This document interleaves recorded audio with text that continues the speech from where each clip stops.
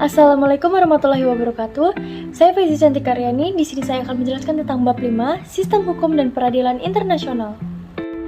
Hukum internasional adalah keseluruhan kaidah dan asas yang mengatur hubungan dan persoalan yang membatasi negara-negara, antara negara dan negara, antara negara dan subjek hukum lain bukan negara, atau subjek hukum bukan negara yang satu dengan yang lain.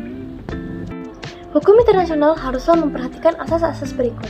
Asas yang pertama adalah asas teritorial, didasarkan pada kekuasaan negara atas wilayahnya. Asas yang kedua adalah asas kebangsaan, didasarkan pada kekuasaan negara untuk warga negaranya. Asas yang ketiga adalah asas kepentingan umum, didasarkan pada wewenang negara untuk melindungi dan mengatur kepentingan dalam kehidupan bermasyarakat. Asas yang keempat adalah asas persamaan derajat, didasarkan pada asas bahwa negara yang berhubungan adalah negara yang berdaulat. Asas yang kelima adalah asas keterbukaan, didasarkan kepada ketersediaan masing-masing negara untuk memberikan informasi secara jujur dan dilandasi rasa keadilan. Asas yang keenam adalah asas ne bis in idem, ketujuh adalah asas pacta sunt servanda, kedelapan adalah asas jus cogens, dan yang kesembilan adalah asas inviolability dan immunity. Hukum internasional dibagi menjadi dua. Yang pertama, hukum publik internasional, merupakan ketentuan-ketentuan yang mengatur hubungan antar negara merdeka dan negara berdaulat. Yang kedua, hukum privat perdata internasional, merupakan ketentuan-ketentuan yang mengatur hubungan hukum antara seseorang dan orang lain yang berlainan warga negaranya dalam sebuah warga negara yang berkenaan dengan keperdataan. Sumber-sumber hukum internasional. Menurut Mosher Kusumaatmadja, dalam Hukum Internasional Humaniter 1980, sumber hukum internasional dibedakan menjadi dua, yaitu sumber hukum arti formal dan sumber hukum arti material. Sumber hukum arti formal diatur dalam Piagam PBB. Sumber hukum internasional material membahas tentang dasar-dasar berlakunya hukum suatu negara. Sumber hukum material terdiri dari dua aliran. Yang pertama, aliran naturalis. Ini bersandar pada hak asasi manusia atau hak-hak alamiah yang bersumber pada hukum Tuhan. Yang kedua, aliran positivisme. Aliran ini mendasarkan berlakunya hukum internasional pada persetujuan bersama negara-negara. Sumber hukum internasional dalam arti formal merupakan sumber hukum internasional yang paling utama dan memiliki otoritas tertinggi dalam memutuskan suatu sengketa, yaitu sebagai berikut. Yang pertama, perjanjian internasional atau traktat. Kedua, hukum kebiasaan internasional. Ketiga, prinsip-prinsip hukum yang umum. Yang keempat, jurisprudensi dan anggapan-anggapan para ahli hukum internasional. Sumber umum hukum internasional dikategorikan menjadi A. Perjanjian internasional atau traktat, B. Kebiasaan internasional, C. Asas hukum yang diakui negara yang beradab, D. Doktrin atau ajaran para ahli terkemuka, E. Jurisprudensi, keputusan hakim yang dijadikan sebagai dasar hukum pengambilan keputusan hakim. Subjek-subjek hukum internasional. Yang pertama adalah negara. Negara yang menjadi subjek hukum internasional adalah negara yang berdaulat. Yang kedua, Tahta Suci atau Vatikan. Yang ketiga, Palang Merah Indonesia. Yang keempat, organisasi internasional. Yang kelima, organisasi perseorangan, individu. Yang keenam, pemberontakan dan pihak dalam sengketa. Lembaga Peradilan Internasional. Yang pertama, Mahkamah Internasional. Berkedudukan di Den Haag, Belanda, bertugas untuk menyelesaikan perselisihan internasional negara-negara anggota PBB karena seluruh anggota PBB merupakan ipso facto Piagam Mahkamah Internasional menurut pasal 93 ayat 1 Piagam PBB. Yang kedua, Pengadilan Internasional. Dalam menyelenggarakan pengadilan internasional, setiap negara anggota PBB tidak diwajibkan untuk membawa masalah perselisihan yang mereka hadapi ke pengadilan, kecuali bagi negara-negara yang sudah menandatangani optional clause. Sengketa internasional. Sengketa adalah permasalahan antara dua negara atau lebih. Tujuan hukum internasional ialah untuk mengatur hubungan-hubungan antar negara berdasarkan keadilan, peri kemanusiaan, kesusilaan, baik masa perang maupun masa damai. Maka, sengketa internasional mencakup sengketa antar negara dan negara, negara dan individu, negara dan korporasi asing, serta sengketa antar negara dan kesatuan kenegaraan bukan negara. Dari beberapa permasalahan mengenai suatu tindakan yang dapat menimbulkan sengketa internasional dapat dibagi dalam pelanggaran internasional. Macam-macam pelanggaran internasional. Pelanggaran traktat atau berkenaan dengan kewajiban-kewajiban kontraktual seperti pengambilan hak milik. Prinsip hukum internasional, setiap pelanggaran atas perjanjian menimbulkan suatu kewajiban untuk mengganti rugi. B. Pelanggaran-pelanggaran internasional. Kesalahan-kesalahan yang tidak ada kaitannya dengan kewajiban-kewajiban kontraktual. C. Klaim-klaim.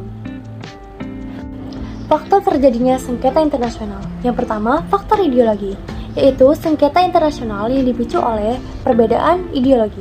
Yang kedua, faktor politik, yaitu sengketa antar negara yang dipicu oleh adanya kepentingan untuk menguasai bagian wilayah negara atau perbatasan wilayah negara.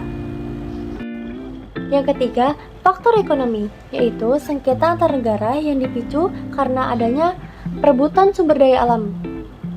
Yang keempat, faktor sosial budaya, yaitu sengketa yang terjadi karena perbedaan sosial budaya.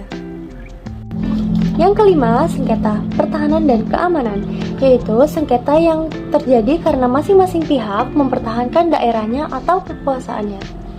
Yang selanjutnya, kita akan membahas tentang batas negara, daerah perbatasan, dan sengketa. Yang pertama, pengertian batas negara. Batas negara adalah garis batas yang merupakan pemisah kedaulatan suatu negara yang didasarkan oleh hukum internasional. Kedua adalah perbatasan. Perbatasan adalah garis khayalan yang memisahkan dua atau lebih wilayah politik seperti negara, negara bagian, atau wilayah subnasional. Ketiga, sengketa. Sengketa batas negara muncul ketika suatu negara mengklaim daerah yang berdekatan dengan negara lain karena hal-hal yang dimiliki oleh negara tersebut. Hal-hal ini maksud meliputi catatan sejarah atau budaya, posisi strategis, atau sumber daya ekonomi seperti minyak bumi dan air tanah. Sengketa tidak akan terjadi sebelum konflik militer atau upaya diplomatik terjadi. Meskipun klaim informal oleh suatu negara juga dapat menimbulkan ketegangan. 4 jenis sengketa batas negara. Yang pertama, sengketa posisi. Lokasi batas disengketakan oleh satu kelompok atau lebih. Yang kedua, sengketa teritorial. Suatu negara mengklaim sebuah wilayah yang berada di wilayah negara lain atau ketika batasnya disengketakan. Yang ketiga, sengketa sumber daya. Sangat lazim terjadi akhir-akhir ini, seperti sengketa Blok Ambalat yang terjadi antara Indonesia dan Malaysia. Yang keempat, sengketa budaya. Terjadi ketika kelompok yang berbeda secara budaya memilih untuk memisahkan diri dari kelompok lain di wilayah mereka bila perlu dengan menggunakan kekuatan bersenjata. Cara menyelesaikan sengketa internasional ada dua cara, dengan metode diplomatik dan metode-metode legal. Dengan metode diplomatik bisa dengan metode negosiasi, mediasi, inquiry, dan konsiliasi. Jika menggunakan metode-metode legal, bisa menyelesaikannya dengan cara yang pertama arbitrase, yang kedua mahkamah internasional, dan yang ketiga adalah pengadilan-pengadilan lainnya. Penyelesaian sengketa melalui organisasi internasional. Yang pertama dengan organisasi regional seperti NATO, Liga Arab, Uni Eropa, dan ASEAN. Yang kedua, PBB. PBB memiliki tujuan untuk mempertahankan perdamaian dan keamanan nasional. Institusi yang berperan penting dalam penyelesaian pertikaian secara damai adalah Dewan Keamanan, Majelis Umum, dan Sekretaris Jenderal. Peran Mahkamah Internasional dalam menyelesaikan sengketa. Mahkamah Internasional merupakan organ hukum utama yang didirikan pada tahun 1945 berdasarkan Piagam PBB sebagai kelanjutan Mahkamah Permanen Keadilan Internasional Liga Bangsa-Bangsa. Lembaga ini bertugas memutuskan kasus hukum kepada PBB dan lembaga-lembaganya tentang hukum internasional.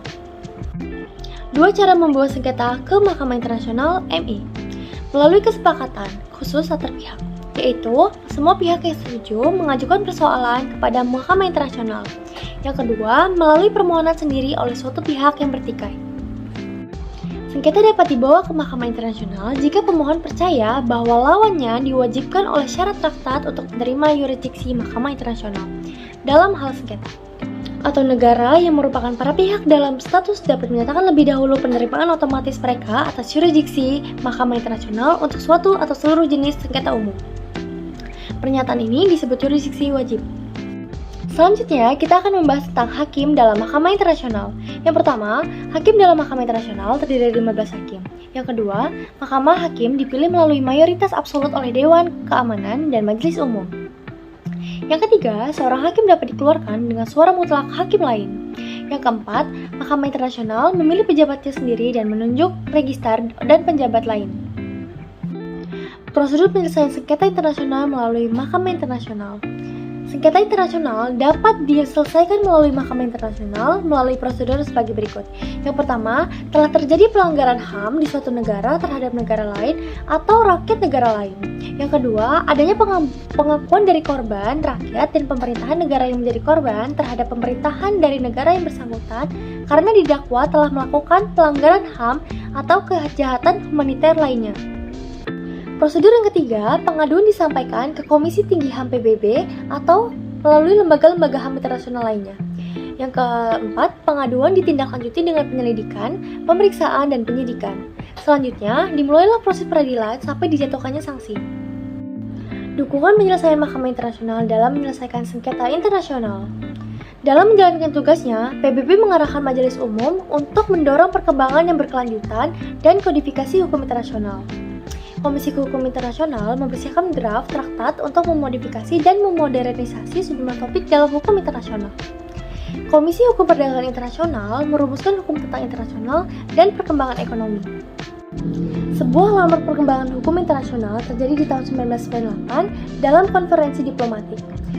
Berdasarkan hukum diplomatik, hukum internasional harus dapat diterapkan dalam bidang-bidang kejahatan antar negara, penjaminan terlaksananya hukum publik internasional, dan lainnya.